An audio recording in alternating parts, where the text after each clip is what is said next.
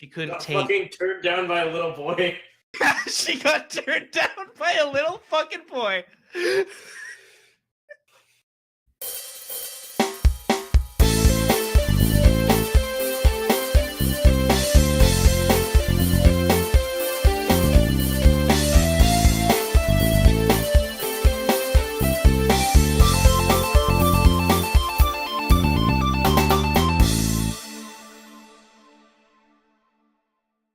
The next morning, we had brunch, like at the cabin that we stayed at. Not the one that like me and my dad and Axel and his girlfriend were staying at, but the cabin that we had first gone to. Yeah. We had brunch there with everyone. It was massive. The guy making the food is a fucking legend. I don't want to say his name, but oh my god, I love that man. Because he dispensed some wisdom, which I will dispense when it comes time to dispense that wisdom. He made pancakes and shit, and it was great. And we were sitting there with AJ and Whitney at the picnic table that they had, and we were eating our food. I was like still really reclusive and shy because I was like surrounded by people I don't really know. But we had like gotten like the best table in the house kind of thing, because we were with the newly wedded couple, and we were talking about like all the festivities that happened the night before. I wasn't saying anything because I was like, I thought that kind of shit happening was normal. I was 14. I didn't know what was happening. Then you want to know what fucking happened, Sam? What? 3 girls that I keep alluding to sat down at the same table because there was space. And so did 20-something-year-old girl. We're all eating breakfast together. And I am just like head down, enjoying my meal. I look up and they're all sitting there. I look around and there's empty seats in other places. They didn't have to sit all at this table. And AJ starts asking me and my dad, so what are you guys gonna do today? Because this is your last day in Alberta. You gotta catch your flight tomorrow morning. But you guys have the rest of the day to do whatever. You're gonna like chill out here or what? And we decided that we'd go to like West Edmonton Mall. Oh, cool. Yeah. It wasn't anything special. The parking lot was a bitch. I don't know why. It might have been like had to do with the day that we went up, but I can't remember what day it was when we went up, so I wouldn't pay. Anyway, so we decided that's what we wanted to do with the day. And like I'm contributing very little to this conversation, and I'm looking up at the 3 girls and the 20-something-year-old who I turned down the night before, and like all of them are collectively staring at me, and I just give like a really awkward smile and then continue eating like, can we leave as soon as possible, please? Which I then actually tell my dad, like as I get up to go for seconds. I'm just like, hey dad, can we leave like now? I wanna get to the mall sooner rather than later. That's the only reason I want to leave. He's like, okay. No ulterior motives. Yeah, no ulterior motives. Just I really want to see this mall. I don't want to buy anything. I just want to look at it. And like, oh my god, I can still remember with such clarity the fucking look the 20-something-year-old gave me when I made eye contact with her at that picnic table eating brunch. And like, I cannot describe it. It was cold. It was like it was like she was saying good morning fuck ass with a stare. Craig, have you ever heard anyone other than Dexter use the word fuck ass? I bet not. Okay. Anyway, uh, so while we're at brunch, I'm drinking a whole lot of these drinks. Like I had fucking 3 of these drinks that are just like sparkling like fruit juice. They're so good. They're so good, Sam. But it did not bode well on the drive there because there was construction on the way there to West Edmonton Mall. And I really needed to pee. Really bad. And it got to the point where there was a porta potty on this like median in the middle of the road. And I was like, hey, Dad, do you mind if I jump out of the car and hustle on over to that porta potty over there and see if I can use it? And he was like, do you really need to go that bad? I'm like, yes, I really need to go that bad. And the traffic was so bad that we were basically at a standstill. So he was like, sure, go for it, my man. So I ran out of the car before he got to finish his sentence. I hustled it the fuck over to this porta potty, pulled on the door, which said vacant, and it was locked. And I was like, fuck my life. And as soon as I had pulled on this and realized it was closed and locked, I turned to run back to the car, and traffic had started moving again. So, oh my god. And it was moving faster than it was like in the entire time that we had been sitting in the car. And I was like, are you fucking serious? And I fucking sprinted to the car and waited for it to stop. Because by the time I had gotten to the car, traffic was still moving. But I made it to the car, I hopped back in, I'm like, it's no good. It was locked. And he's like, oh shit. So what we did was as soon as we were like, or actually no, moments later, I was like, I can't fucking hold it. And he's like, okay, I understand. You need to go over to that building over there and find a bush. And I'm like, okay, that's what I'll do. And I went over to that building over there. And it was an elementary school. And I couldn't find a bush because it's fucking Alberta. But instead, what I found was a corner in the building, and I just peed in the corner. And that's the story of how I pissed on a school. Is that It everything? all comes full circle. Not quite, because I still haven't gotten food poisoning yet. So we went to West Edmonton Mall. It's a cool mall. It's big. It's got a fucking skating rink in it. There's Any like pedophiles there? not that I could see. There was a shooting range which we went to. We didn't shoot anything in the shooting range. We were like, huh, they have a shooting range in a fucking mall in Alberta. That's weird. Never seen anything like this before. We went back to the cabin, and then AJ and Whitney come over to our cabin to play cards with us because something I forgot to mention. The entire time we were there, we had no like TV working because there was a very short windstorm. Like the first day we got there, it was literally just a single gust of wind that knocked over the satellite dish in the cabin we were in. And it didn't get fixed until we left. Yeah, it is what it is. Yeah, I mean, whatever. We just played a lot of cards.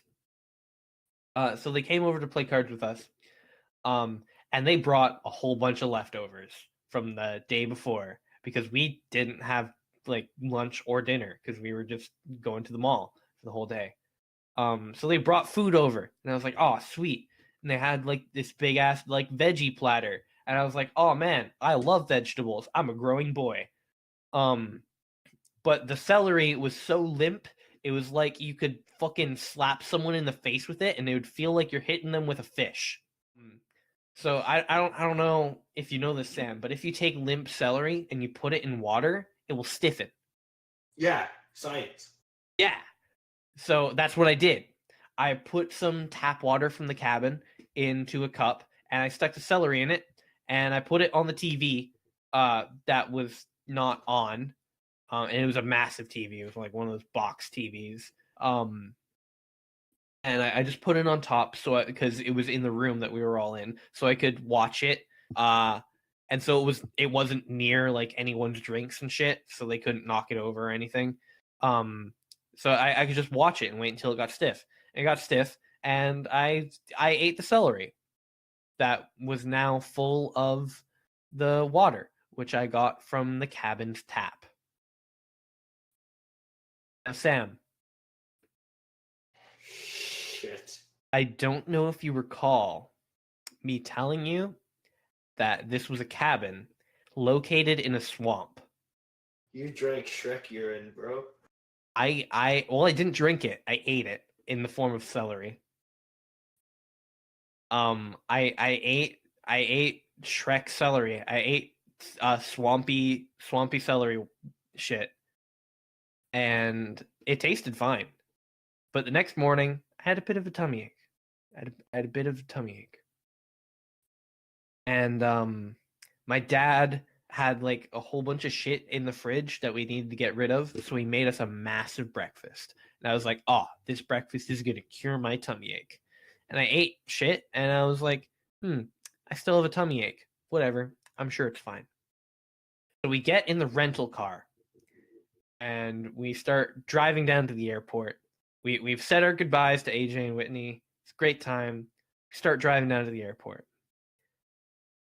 And as we're driving this 3-hour drive, Axel and his girlfriend are in the back seat, by the way, because they also had the same flight as us, and we were just like carpooling, like, yeah, it works. They don't have a rental car. It's totally cool.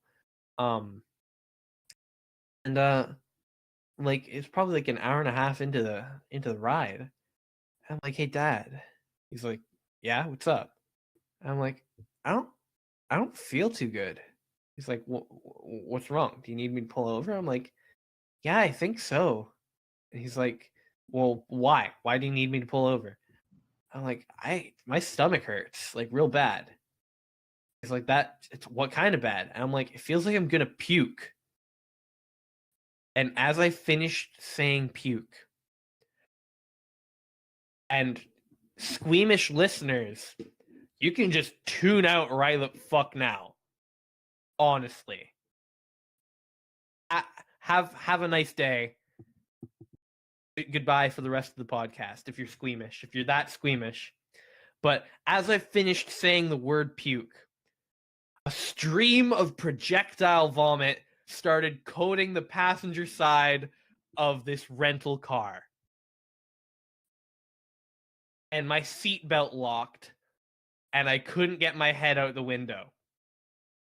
I was vomiting for so long that my dad had time to roll the window all the way down and try to push my head out.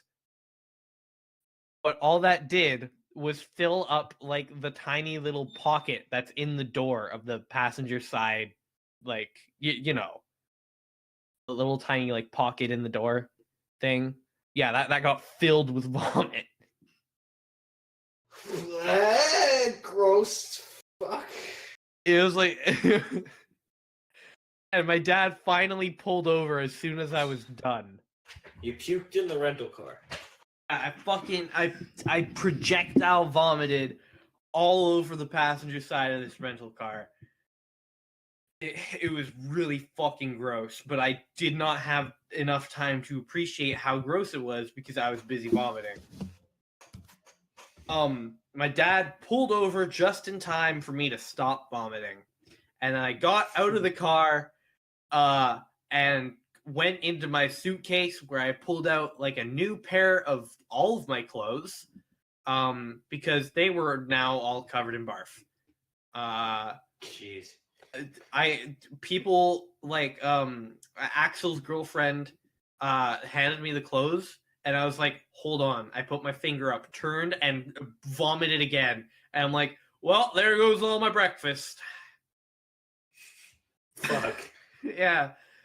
I then put on the clothes. I just stripped on the side of this fucking highway. Put on the clothes as my dad. Oh, God bless my dad. he was cleaning out the passenger side door, which had a puddle of vomit in it, with just fucking paper towels. Okay, Oh it was god. since he was trying to roll down the window as I was vomiting. Vomit got stuck inside the window. Ew. Ew. Of this fucking rental car. It smelled disgusting in there.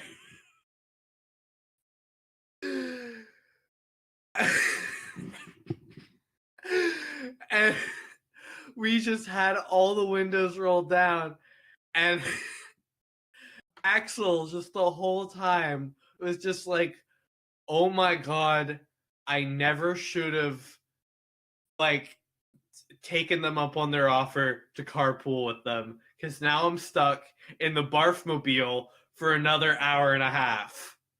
And I felt so fucking bad for them. And like, You honestly, and your fucking celery, bro. I ate celery and this is what it did. We stopped at every single stop we could find so I could use the bathroom and just have absolute, like, 100% no substance to it, liquid shit come out of my asshole. Stop! Stop! What the fuck? And then proceed that, like, once I finished, I just turned around and started vomiting into the same toilet. I felt like shit. I felt terrible. And like, these bathrooms already look terrible. There are gas station bathrooms. I was making them 10 times worse. And my dad bought me Pepto-Bismol, and I took that shit. I took that Pepto-Bismol, and he also bought me some ginger ale, I think. Yeah, he bought me like a bottle of ginger ale, and I drank the ginger ale, and we had to stop at the side of the road so I could vomit up the ginger ale. As well as the Pepto-Bismol.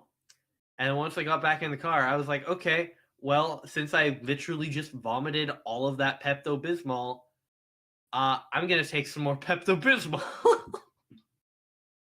So I took more Pepto-Bismol. And then, okay, here's the fucking hilarious part, Sam. We get back to the airport. We pull into the parking garage.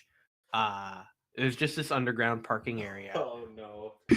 So we can return the rental car. And my dad's cleaned it out. There isn't barf anywhere in here, but it reeks of vomit. Like, it smells so bad. And we see a guy, and he motions for us to pull down the window. He pokes his head in the passenger side window, and he's like, yeah, everything checks out. Seems like it's in peak condition. I'll just have you sign the release forms. And everything was fine. The guy didn't realize that it smelled like fucking vomit. Ow! I don't know. He was nose deaf. He was nose blind. But, like, we got our shit out of that car and fucking booked it. We weren't running because that would look like suspicious. So we just walked as fast as we could into the airport.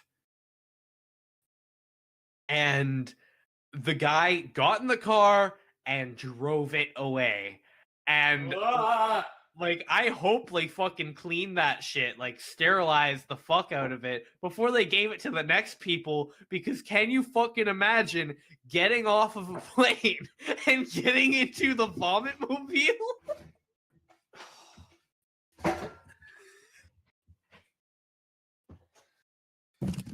I just dropped a tin of CDs upside down.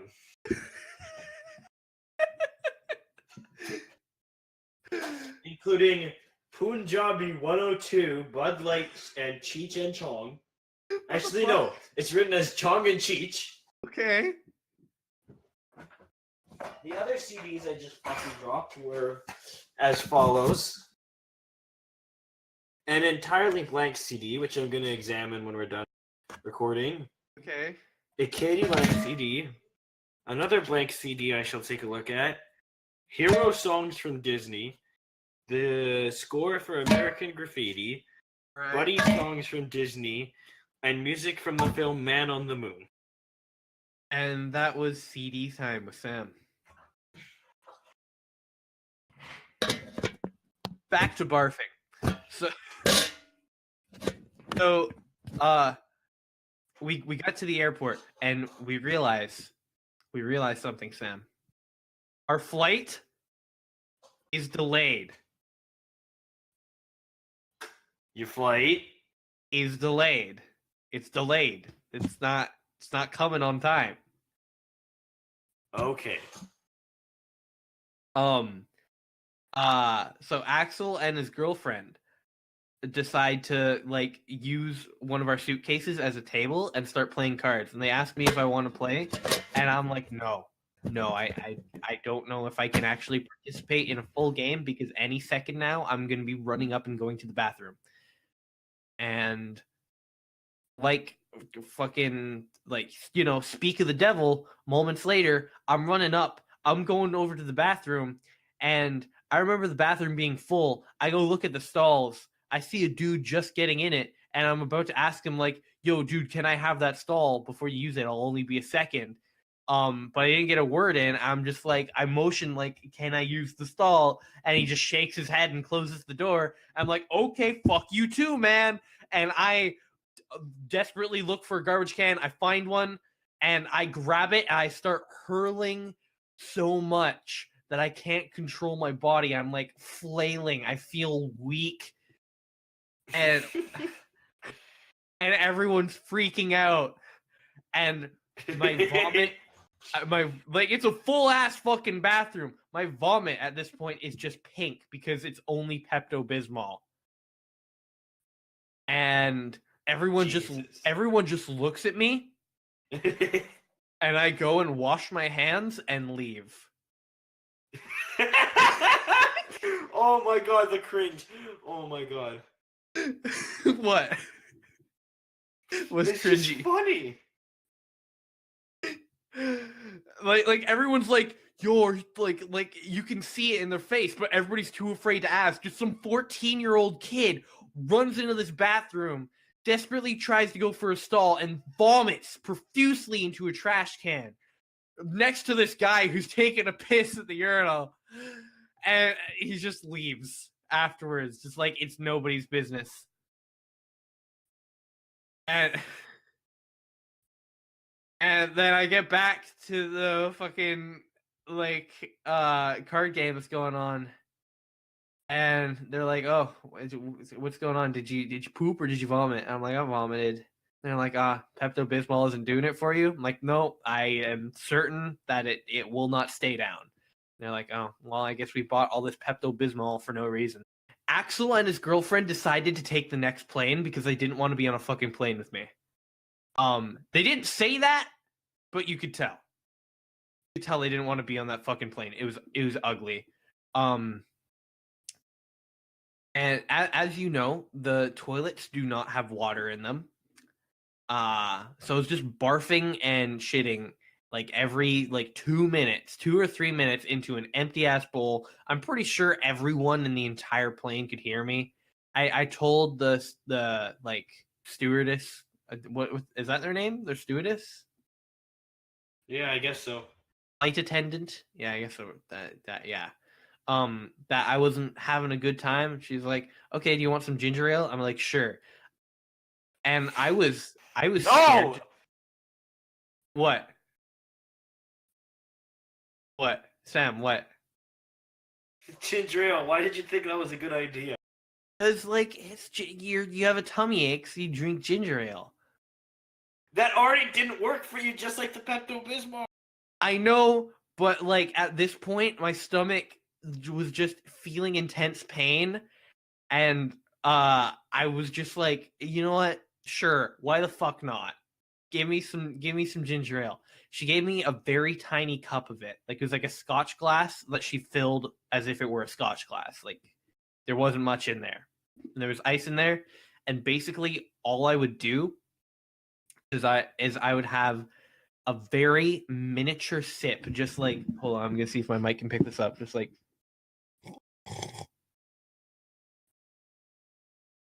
the tiniest sip.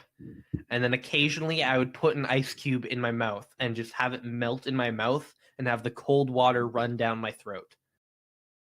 In hopes that it would make my stomach feel better. It didn't. The only thing that made me feel better were the few moments of sweet release I had after I finished vomiting. And there was a point in time in which every bathroom on the plane, because there were two, was filled. And I had to hold it. I had to hold it for like a solid 5 minutes. And I was clenching. My entire body was tense. And another thing is that my dad had originally booked the flight on the way home, like the flight back, while he was booking the flight on the way there. And he had originally booked it so that me and my dad were in completely different like aisles, or not aisles, but like rows. But just like he paid like an extra like several, like I don't know, $100 or something, just so we could have the seats changed. So I was the closest to the bathroom, and he was also sitting next to me. Because my dad is awesome. He's a great dad. What a guy. I know. And so yeah, it was just a terrible fucking flight. Everybody, I'm guessing, assumed that I just like was a queasy flyer. No, they didn't. They didn't know that I was fucking dying. Then the ride home, I nearly had my head lopped off on the ride home because my dad could not express it enough how much he did not want me puking in his car. What he did was he said, like, listen, every time you need to puke, put your head out the window. I'm gonna fucking haul ass on the way home so we can get home as fast as possible. But when you need to puke, reach your fucking head as far out the window as possible and start puking. And I'm like, okay. Moments after he said that, I have an urge to puke. So the window's already rolled down. I stick my head out the window and start puking. My dad starts pulling me back in the car. And I'm like, what the fuck did you just say? You just told me to stick my head out the window. He was pulling me back in the car because I was leaned so far out of the car that my head was about to hit a fucking street lamp as he's hauling ass down the road. Oh my god. So he pulls my head in and swerves the car just in time. I can feel the hairs on my head graze the pole. Like it was a close ass fucking call. And he tells me exactly what happened. I'm like, I'm just so worse for wear that I'm just like, honestly, that would feel better than how I feel right now. But I was still kind of like, oh shit, thanks for pulling me back in the car, Dad. It was just a shit show, no pun intended, on the way home.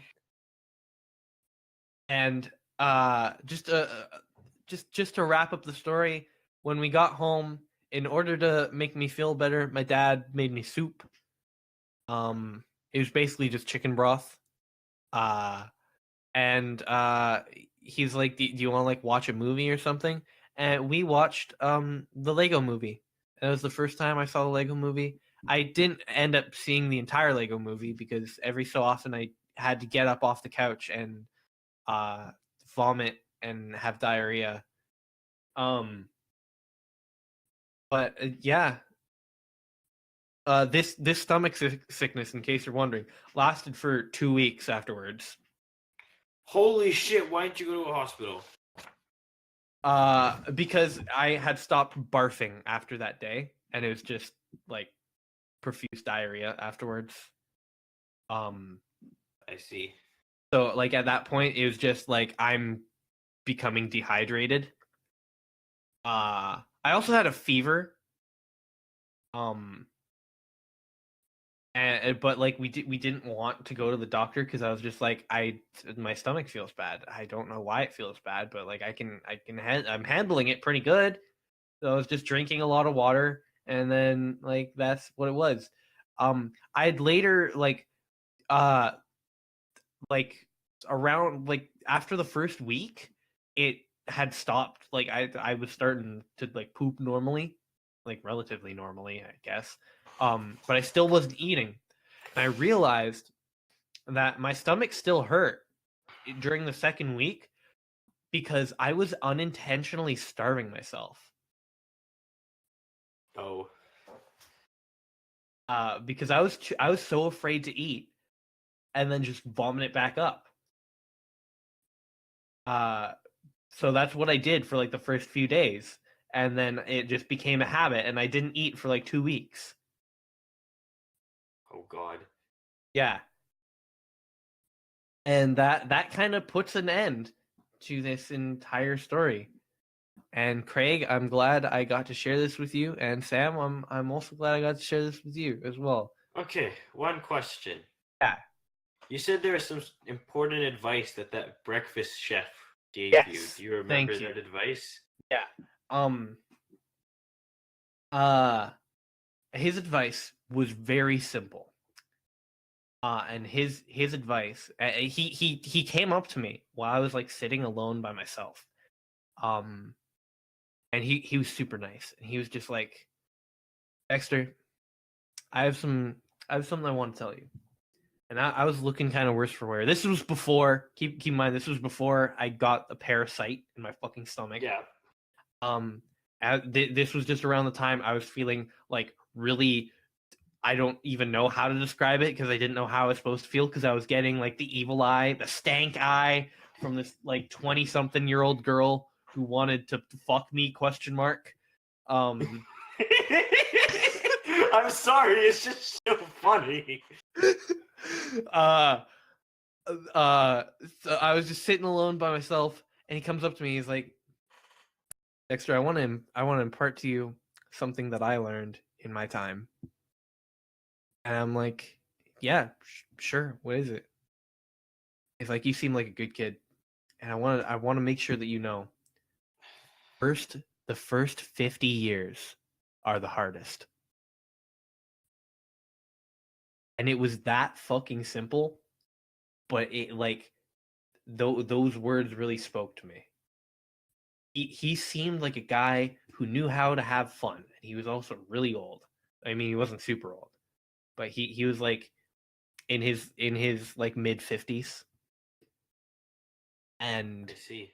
I like it sounds super simple, and I'm not old enough to experience like the full force of what he meant by that, but I can. There is no doubt in my mind that the way he told it to me and the way I was feeling at the time when he told it to me, that those words are 100% true. The first 50 years of your life will be the hardest.